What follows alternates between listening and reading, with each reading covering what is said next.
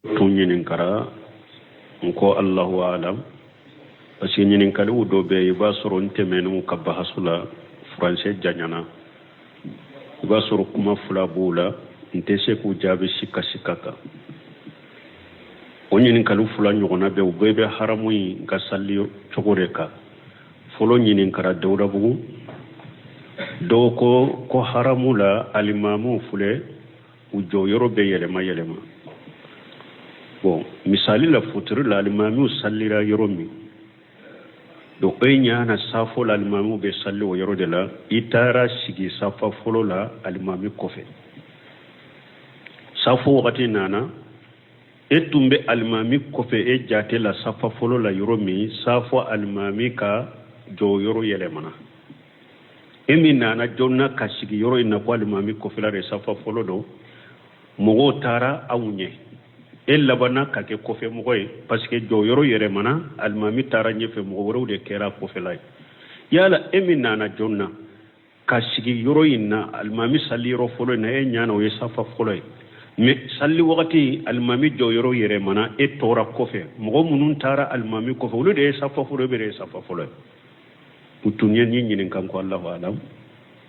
o nya sege like nya soro imamu an-Nawawi fi sarhi Muslim tumami atumbe kuma safa folo ka ako safa folo yere dro mimbe almami kofe akera sa ina na jonna imana jonna mimbe almami kofe doro de be jate safa folo hanni ena na jonna nite almami koni kofe te jate ko safa folo harin min nana eretari la ni ode kera almami kofe ako safa folo yode oye o jabi fulana suro ye min nyininka ko haramu mogo be ewa jo ka kori haramu lade yala munum be almami ko fe wulude safa folo ewa ube munum be alikaba koro wulude safa folo ko Allahu alam ndara sege like nya soro uko safa folo almami be yoromi mogo munum be almami be fammi mogo munum be almami ko fe wulude to ko safa folo almami fam felala bema mogo sima nyogon soso nena haramu la ni alimami jora yoromi mogo munumba kofe o yoro ina o faina ulude be jate o faina ko safa folo me alikaba fanwere min ni mogo be korala owa yala munu ni alikaba kasuru o yoro la ode safa folo wa a ube tusuru safa folo ye alimami de tawlute jate safa folo uko sosoli nana ni yoro de la sisa mado afamura folo sosolita ube benem boka munum be alimami famfelala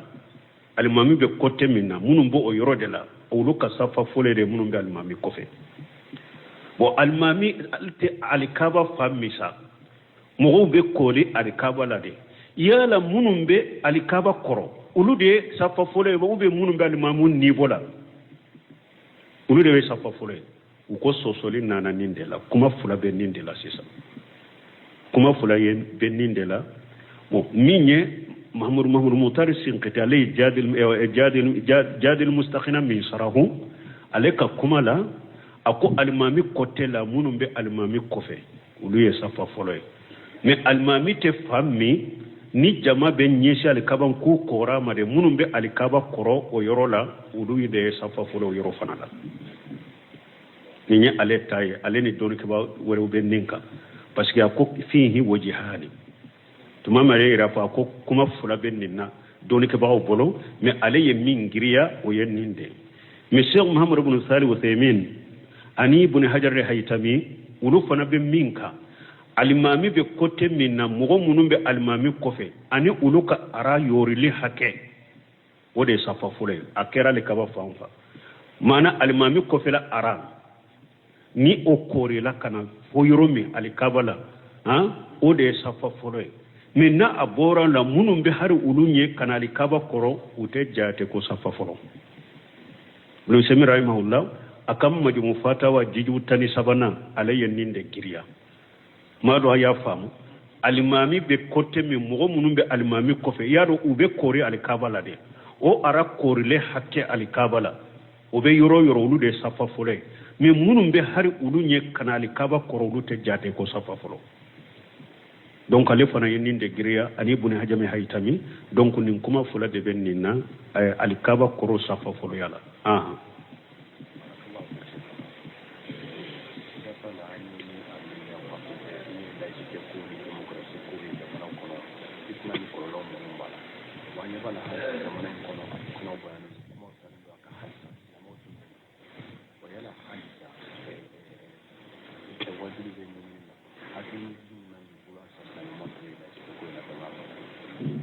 bon ni ɲɛ min fɔ ko laïcité ko wagati bɛɛ u b'a minɛ ka kumaw la kɔlɔkɔlɔ min b'a la mais hari bi a mankan bɛ jamana kɔnɔ juma tɛmɛnen ɲɛ kotuba min kɛ n y'a fɔ a kɔnɔ donc o bɛ wasa kɛ n ye laïcité ko fɔ a kɔnɔ n ko ciden ko duwatu ala abwabi jahannama man ajabahum ilayha qajafuhu fiha n y'a fɔ o kɔnɔ mɔgɔ o mɔgɔ bɛ weleli la yahudiya ni nasaraya ni silamiya kubu bɛ kɛ kelen ye wahdatul adiyan ka diina bɛ kɛ kelen ye ka yahudiya jate diina ye ka nasaraya jate diina ye komi silamiya ye diina ye cogo min duwatu ala abwabi jahannama welelikɛlaw de do bɛ jahannama dingɛ da de la ciden ko b'a kɛ ka min fɔ i sɔnn'a ma i y'u jaabi sara ka dɔrɔn i bɛ taa jahannama minnu b'a kan o an balima kerecɛnw an balima nasara an balima yahuda duwatu ala abwabi jahannama ni mɔgɔ min b'a kɔrɔ dɔn na a bɛ e dusukun na silama ka bɔ cogo min bonya ni karama bɛ silama ye cogo min i dusukun kɔnɔ n'a y'a sɔrɔ i bɛ silama kanu i balima silama kanu i dusukun kɔnɔ cogo min n'a y'a sɔrɔ ni e fana ko an balima nasaraw n'a y'a sɔrɔ nasara kanu de b'i dusukun kɔnɔ komi silamiya kanu b'i dusukun kɔnɔ cogo min nasara ka bonya na karama de b'i dusukun kɔnɔ komi silama ka bonya na karama b'i dusukun kɔnɔ cogo min ye kafiri ye la tajidu qawm yu'minuna billahi wal yawmil akhir yuwadduna man hada Allah wa rasulahu ولو كانوا آباءهم أو أبناءهم أو إخوانهم أو أشيرتهم كتا يالله ala ko ite mo si soro ni mu'mini de do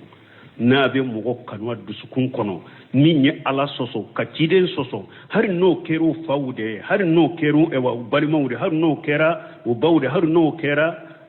o kakabila mo wore utu kanu dusukun kono ya ayyuhalladhina amanu la tattakhidhu aduwwan wa aduwwakum awliya tulghuna ilayhim bil mawaddah ala ko mu'minu ni ala jugu aw yere jugu aw kana nunu mina ko ka bisi nyogo na be kanu bila katuma na bu ka kanu yira ka yirila ka bu kanu akanu ke ala de balile ke nunu ni mogo ye balima ya fo ini nunu ce kafiru ce an balima nasaraw an balima yahuda munna ne be kerce ya inda bila ni ta fe ka fon ka kuma wala parce que ala yere yu wele nasara de bunu seminu ko la yu wele minna wode wala cheikh salfo jani ko la yu wele minna wode de la nasaraw ni mogo ko balima nasaraw o ba balima yahudiyaw na ya sura kanu de bi dusukun kono comme islama kanu bi dusukun kono chomo bi kafiriya yere de ki labo islamiya kono ala do ko innamal mu'minuna ikhwatu ala ko mu'minu de nyoko balima we balima ya ti islama ni kafiri ce aw mogo munu nin kuma suku bubolo duwatu ala abwabi jahannama man ajabahu ilayha qajafuhu fiha ni mogo be nin kuma sugu fo mogo jenana ya atuguru ko nin kuma la isara ka duru beta jannaba ni ala mafarika aw abo chogo kelini la mogo min be welele ke hurriyatul arai ko hada maden be ye horo de aka haklina na ka fenna beni ka famu tewa beni ka tabulo tewa beni ka haklina tewa mogo be ninde ka be welele ke katama duwatu ala bi jahannama ika horonya bi kan na folo min bi bolode har yere horonya da folenti bolode parce que ala ko ika ke chogo mi ba ko chogo la ni ma ko chogo la bi min Allah horonya te mo si bolo ika agida la horonya te mo bolo dina la na ya soro ko beye horo de dina la ika hakilina la cide be cimunna qur'ana be jigi munna awa horonya te mo bolo dina la ko hurriyatul arai hurriyatul aqida ikana mo ke komi ka jonsa ni mun dictatorial e ko be ka ke chogo de wa beni ka famu te ba beni ka hakilina te wa duwatu ala abwabi jahannama hakilina te mo bolo de tarakitu fiikum shay'ain lan tadillu ma tamassaktum bihima kitaballahi wa sunnati ciden ko nye fen fula taw bolo ate fili abada ko fen fula to nabe minali ke no ye alaka kitabo ni ciden ka sunna banna mo be ewa woleli ke kata ko be ye horo de ka gida da hada madunya horo de ka hakina beni ka famute beni ka hakil du wato la bo jahannam abo to ko kelena mo munum be woleli ke ila tahrirul mari'at ko ka muso ka horonya duma muso ni cew kan nyakam bi bara yoro ni fambe hijabu yerete wajibe hijabu yerete qur'ana kuno arabu ka jogo jugude hijabu yede mununye sunna molude kala de hijabu yede danteme wale munu be bo muso ka nyeda tugude ka parkuru be da tugu nununye dirgita teriani danteme de duwatu ala bo bi jahannama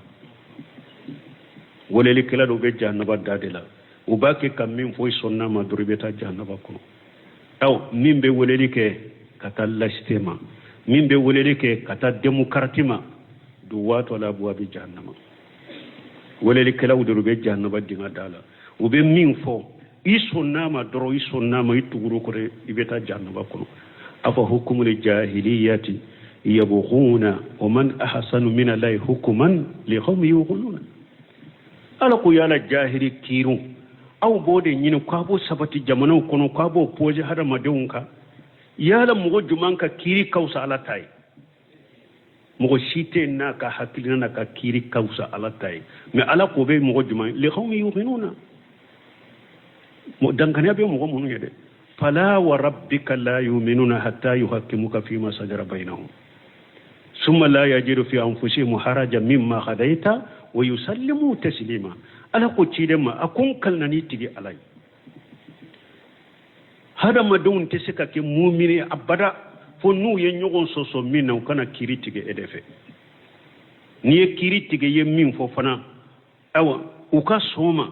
wa yusallimu taslima uku yere kolo oye u yere kolon tambe awa ukana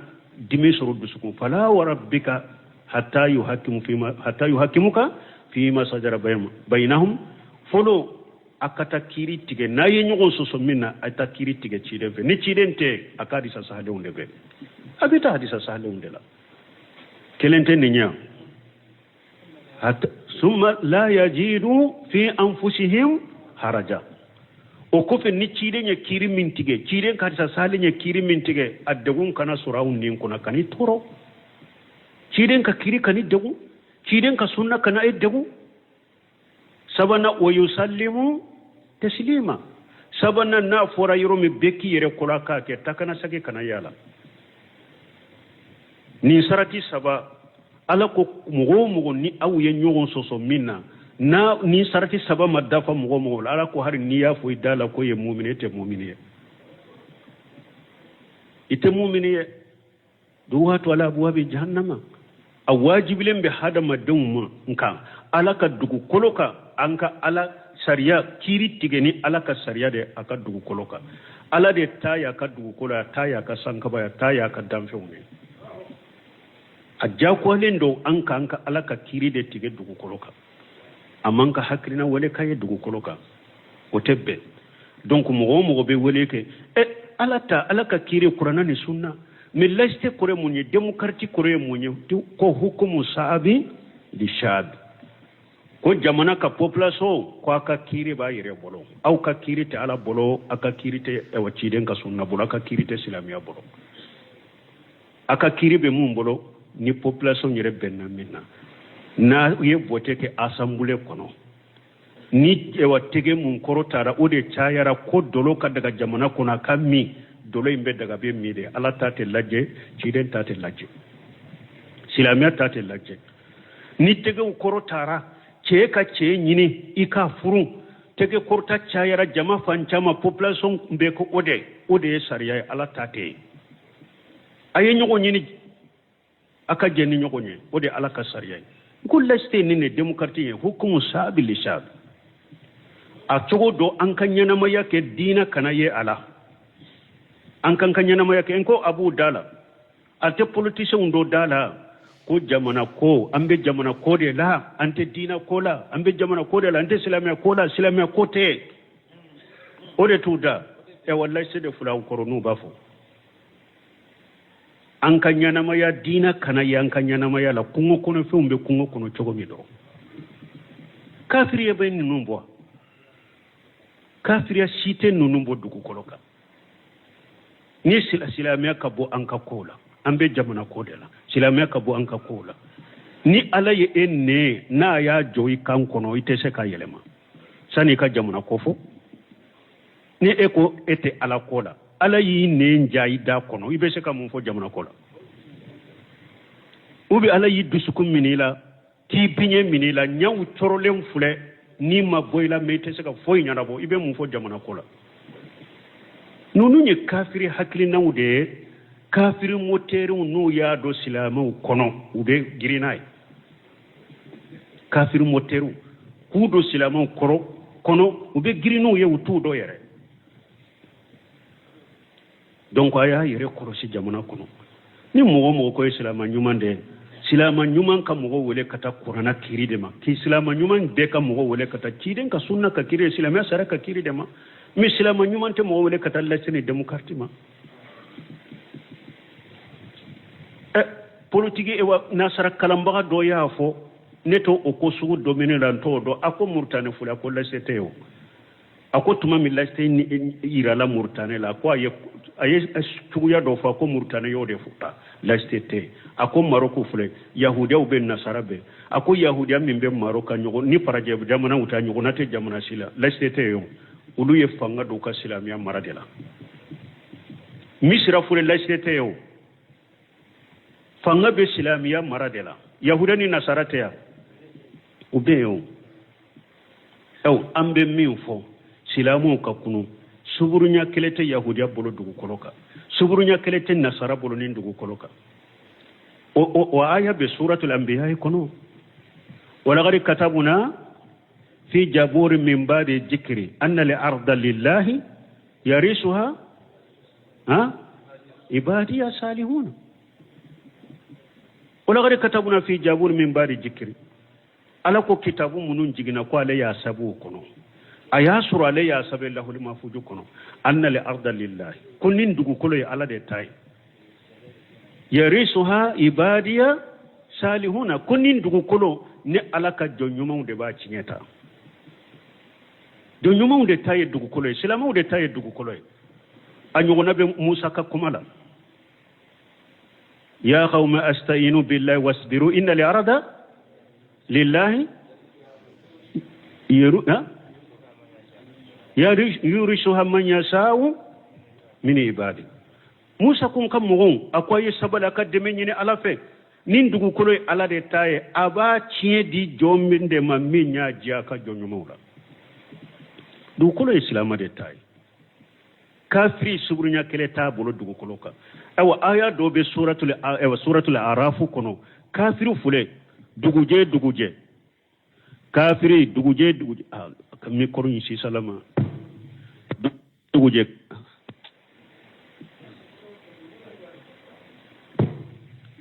Sheikh Muhammad ibn Salih Uthaymeen rahimahullah ya do be suratul araf kono ko ni dugujera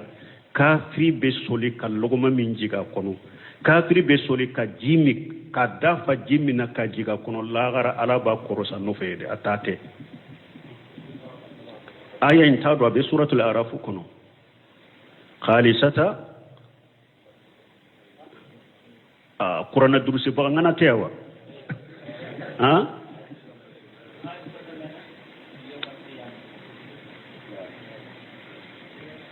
قل من حرم زينة الله التي أخرج لعباده والطيبات من الرزق قل هي للذين آمنوا في الحياة الدنيا خالصة يوم القيامة تبو فصل مكا قرآن كركا فامودي ala ko cida fonka jonye jombe seka ala ye masiri munum bo dugu koloka jombe seka haramu ya nema munun ni masiri munum be dugu koloka ne ala yi bonka jonyu mawde ako cogode huwa hiya lil ladina amanu fil hayati dunya ala ko nema be dugu koloka masiri be dugu koloka ko ala ya bo mu'minude khalisata yawmal qiyamati awa ko addagallino yomani kama do muminu akala sinden be muminu ye nu ya barikada ke ka barake dro kala bato kala tu nyinin kala me mafuhumu ye munye kafiri hari logoma kele na ba ajiya addunya kono lagara do kunko bakay kafiri be doguli kimmin ba kanna be tama nay akunko ba nye lagara alama boye atate silama de tado masiri min be dugukolo ka silama de tado nema min be dugukolo silama de tado dumfe min be dugukolo silama de tado kafiri tate lagara akunko baka harabe logoma min jiga kono akunko baka lagara kafiri be jimi mi jiyan kono akunko baka lagara memunu de tado me silama desera kaninde nuko kiri silamia kiri kana ha yahudiya do ewa silama doronte yawo yahudiya be nasara be nanna ni silama kiri yala mulu tonyowa nyenni fu ya sinya joli aha luwa mimbe anka silama tate luwa kafiru de taye luwa mogo duru ka sariya ka boli mogo bikonontoni duru ka ote tonyali yede me mogo bikonontoni duru ka sariya ka boli mogo duru ka ode ye tonyali ye ando nuka hakela ando nuka gashela me luwa be anka uluma do anka gashela tilika qismatun diza nununye tilali ude tonyali tilali ude fuleni nye laiste nyogon tonyali te nalte nyogona tonyali te demokrati nyogona tonyali te kala tonyo ka qur'ana tonyo ka sunna tonyo ka silama tonyo kote tonyali ni silama ka sariya bina jamana kuno de tonyali silama ka sabari ka sagi kata alama me nunu do wato ala abwabi jahannama wala likalaw do be jahannama dinga dadela o be min foy sunnama ibeta jahannama ewa nyode fo me silama a hakili ka jigi hakili ka aka hakili ka sigi silama nyuma ay hakili ka sigi khususa kere boloka mugo munum be ciden ka sunnaka ay hakili sigi soro dugu kolo tani mugo cew yere segede do ambe kelela kata kene do de la ambe kenela kata kene do la ambe sewo kafiri tate du ko la te lababul wali akhibatu lil muttaqina ko laban ko nyumam be ge ala nya sernya bago de mo depuis gale tinyani ngalombe nyogon sama samu be kele way wajibi de way ala kala jarabi de alif lam mim hasiban nas an yutra ko nyaqulu amanna wa hum la yuftanuna ولقد فتنا الذين من قبلكم فلا يعلمن الله الذين صدقوا ولا يعلمن الكاذبين امبو لا جربي de kono ay sino tata te to bolo nindugo kolo be labasla mawde bolo ala ko hada madaw aw ya jigi ko ba fo kaw ye mu'minu ne ba ala ba wuto ten tawla jarabi wa funna ala kala jarabi de ni la jarabi nana mo munun ko ye mu'minu ye nitinya tugudo kalle malaya una to mogo munun ko liye mu'minu nu be galonde ka una do am fulo de la jarabe kono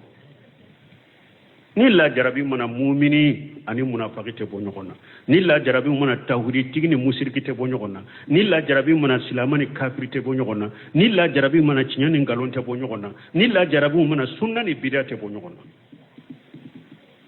sisa abake kam mogo munun sabatilendo silama nyumaw abake kudo sisaw munun te silama nyumaw yo ubake kado be take kado li yumahisa Allahu allazina amanu wa yamhaqal kafirin ala be nilla jarabu na nyogona nati de pour ka mu'minu ka junubu de yafa abe nin kuma jugu munu mede laiste de nuba defa demokrati nuba defa uba udusu kasu be galon fo ninje ala yen ninke pour ka mu'minu ka junubu de yafa me wa yamhaqal kafirina Allah ban be ka be kafir be tuse ka be halaki ka bodu kolokade o halaki to do ni ala ba fe ka kafiri halaki abi bilanin kuma sugu foli nu defali de la o be ki halaki toy o yemu hakali kafirina kafiru halaki to de do awa ciiden fana ko la tajalu taifatu min ummati jahirina lil haqqi la yadurruhum man khajalahum wala man khalafahum hatta yata amrullah wa hum ala zalika ni sunna ay fo jiyan laba ciiden ko jama kulu te wulinne kam mantonula o be cinyaka ala bu deme ka cinyen ka fana ni mugo munyu demeli to togo o te foi toruma ni mugo yuso so ku kele togo o te foi toruma o bu ka cinyaka ala bu deme fana fo ala yere ka jiyan wuli wakati kana sunna ni silamiya ɲuman tɛ bɔ dugukolo kan sunna tɛ bɔ dugukolo kan diɲɛ bɛ wuli ka ni sunna to dugukolo kan de ka ni silamiya to don mɔgɔ mɔgɔ bɛ ni silamiya kɛlɛ la e de bɛ sa ka silamiya in to diɲɛ kɔnɔ mɔgɔ mɔgɔ bɛ ciden ka sunna kɛlɛli la e de bɛ sa ka sunna in to diɲɛ kɔnɔ mɔgɔ mɔgɔ bɛ ala ka sariya kɛlɛli la e de bɛ sa ka sariya to diɲɛ kɔnɔ ayaw bɛ hadisaw bɛ ni dugukolo silamiya de y'a mara ka kɔrɔ dugukolo in bɛ laban silamiya de bolo dugukolo in bɛ laban silamiya de bolo ciden ye ewa cɛ dɔ fɔ a ko a tɔgɔ n'ale ka tɔgɔ ye kelen ye a fa tɔgɔ n'ale ka tɔgɔ ye kelen ye a ko o bɛna diɲɛ laban a bɛ dugukolo bɛɛ fa tilenya la wagati bɛna ciden ye hadisa salen nati yahuda ni nasara silamɛw ni yahudiyaw bɛ kɛlɛ kɛ silamɛw bɛ yahudiya faga u b'u faga yahudiyaw bɛ taa dogo yiriw kɔfɛ u bɛ taa dogo kabakuruw kɔfɛ kuluw kɔfɛ kulu de b'a fɔ silamɛ na yahudiya filen kɔfɛ n'a faga i bɛ taa dogolen sɔrɔ i b'a faga iri b'a fɔ silamɛ yahudiya dogolen filen kɔfɛ ya n'a faga i bɛ taa faga ciden ko fɔ iri kɛlɛ u b'a fɔ malkarikadi o ye yahudiyaw ka yiri ye ni yahudiya dogora o kɔfɛ o dɔrɔn de tɛ kuma sinon ni diɲɛ laban bɛna kɛlɛ bɛna et puis nin bɔnbu minnu filɛ nin ye nin miki minnu nin bɛɛ bɛna jɔ kɛlɛ tun bɛ kɛ bamuru ni tama ye cogo min kɛlɛ bɛ laban ka kɛ o de o hadisa sahalen bɛ nin kɛlɛ minɛ in ala bɛna bɛɛ jɔ a bɛɛ bɛna jɔ kɛlɛ bɛ laban ka kɛ sɔw de ye tamaw ni bamuru jahadu bɛ laban ka kɛ ka ni o de silamɛw bɛ dugukolow mara u bɛ yahuda bɛ u b'a bɛɛ faga hali ni yahuda taara dogo iri min kɔfɛ kulu in yɛrɛ de b'a fɔ silamɛ ni na a dogolen filen kɔfɛ n'a faga bɛ taa faga ye o bɛ na n balimaw insha allahu silamɛya bɛ min dugukolo mara mais minnu bɛ wa a kolokaw na fɛnw na ninnu b'u yɛrɛ sɛgɛn kafiriw bɛ wariw d'u ma u y'u ka motɛriw u ka dusukun kɔnɔ dɔrɔn k'u bila kuma fu la kafiriw yɛrɛ tɛ se ka min fɔ u y'a dɔn ninnu tɛ fɛn kalama u y'u sara k'u kalan nin na u bɛna fɔ k'u yɛrɛ halaki k'u yɛrɛ ta tiɲɛ ninnu yɛrɛ b'u ka lafiya la ye aw de bɛ se nin diinɛ la n'a y'a sɔrɔ se bɛ se dabara bɛ se nin diinɛ la nin diinɛ bɛ se aw ma firawuna bolo ni dabara bɛ se nin diinɛ la nin diinɛ bɛ se aw ma abu jahali bolo ni dabara bɛ se nin diinɛ la nin diinɛ bɛ tɛmɛ namuruju la ka na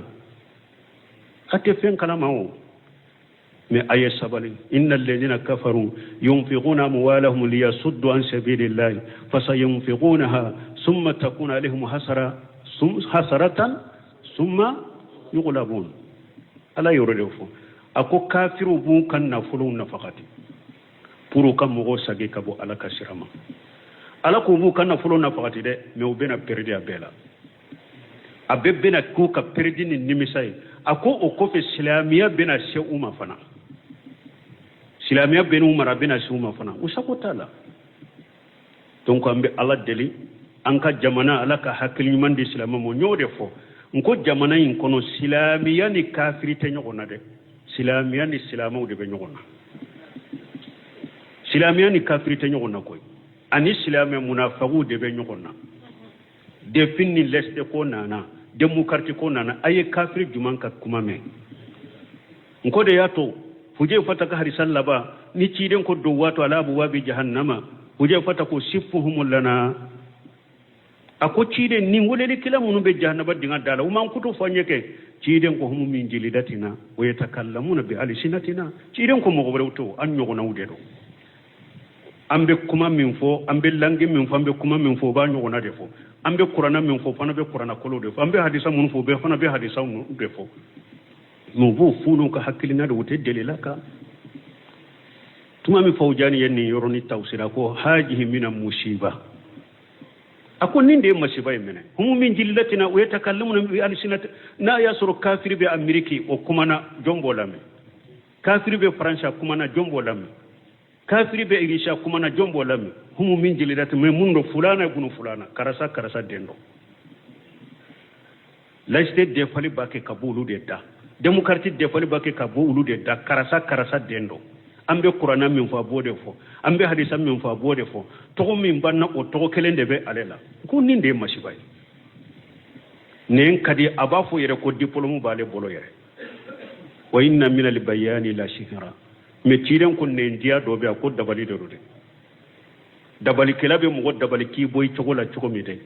ni min kan nen kadi fana be se ka hadama dem min ni ala mi kanda bi boy kaccinya ka ki bilangalon kana nenye way yaqulu tasma li qawlihim kannahum khusbu musannada ala ko nun kuma na munafiqi akon na kuma na mi ba la me foite ala kan kisu toroma nyen nunu fo kutuba kono e pinye min fo ko mo kan yere bila kunu be de ba kede doni ke baw yo de fo ni te doni ke ba sabati le nyi kani bila kan na geleni bambantini wolili kala jugu munun fuleni nyi kana yere bila nunu ka de bala de kana ta silam yalla malu ubese ka min fo ete se ka fo kanati yere bule ka de bala de ni e malo yara ye e jo ima yi jo ye silam ya de jo mo chaman de be tromper nu ye kasuru te fo in kan ningalon fi kirikirite waliyato salafu saru ko mo min be tinya nyini la ino bese ka de ba ke na ye tinya nyini ye abata min ni yere yaro mo ye kan nangele de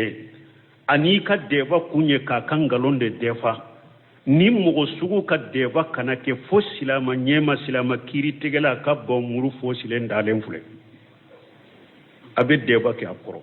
ni iye qur'ana aya fo ye hadisa fo akera chogodi silama kiri tegela ba fo aya de fule ka fo hadisa de e ko chogodi na ko be munu ba muru be kanjigi ka bola odronde nunun ka furaye anu kana deba ketende ni dalenti yere lay tese kuma la doni sabartilenti bolo ni doni sabartilembe mo min ko ni bolo ni e yere baado ni na kuma na ibajo kaki tele la benyana ka maloya benyana ka bafie benyana beka kan galuna ka maloya do ni o doni be mo min ena ka akate ika maloya ka mangoya men ni o doni sabartilente mo min bolo ikane yere bilu ka debala ni bamuro fosilen dadente inshallah bekum wati serade